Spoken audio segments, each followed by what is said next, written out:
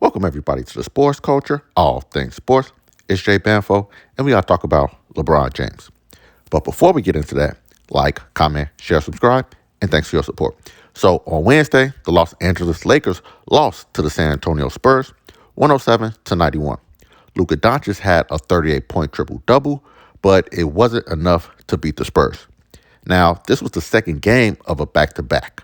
On Tuesday, the Lakers defeated the Pelicans 111-103. And in that game, LeBron, he just had an amazing game. He finished with 30 points, 8 rebounds, and 8 assists. Now, reporters talked to LeBron after the game to see if he will suit up the next night versus the Spurs. 41 years old. Of course, there's always every back-to-back. Didn't look like it. Every back-to-back for the rest of the season is TBD. I am 41. I got the most minutes in NBA history. True. Bank it right now, okay? What are we talking about? It's just that you don't look like you're 41 on the court. But I am. Look at my birth certificate, December 30th, 1984, 4:39 p.m. That's when I was born. Any suckers out there? I ain't got, Now, I get it.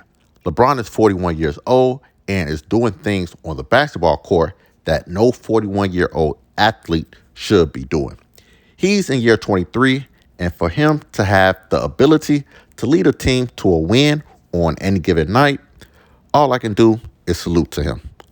Now, having said that, there are a couple of things that I just have to point out. Now, why did LeBron James decide to play against the New Orleans Pelicans instead of the San Antonio Spurs? Now, the Pelicans, they're probably one of the worst teams in the NBA.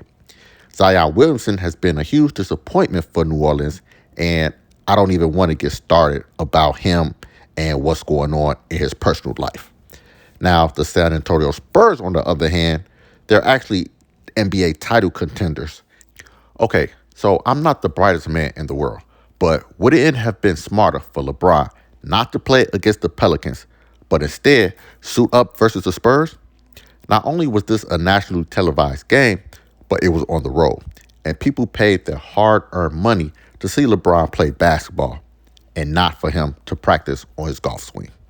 Now, if you ask anybody in the Lakers organization, Coach J.J. Redick, the players, Commissioner Adam Silver, they would have rather had LeBron play versus the Spurs rather than the Pelicans.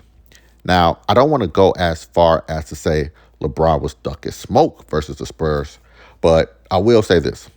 LeBron James is still trying to show that he has power, not only in the NBA, but over the Lakers organization.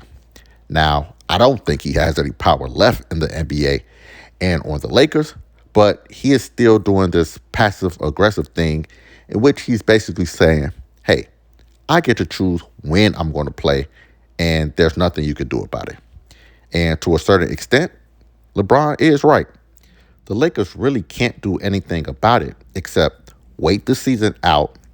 Once LeBron James comes off the books, move forward with Luka Doncic as the clear number one option, re-sign Austin Reeves, and then they can finally have a clean slate without the cloud of LeBron James over the organization. Now, with that being said, like, comment, share, subscribe, and I'll see y'all next time.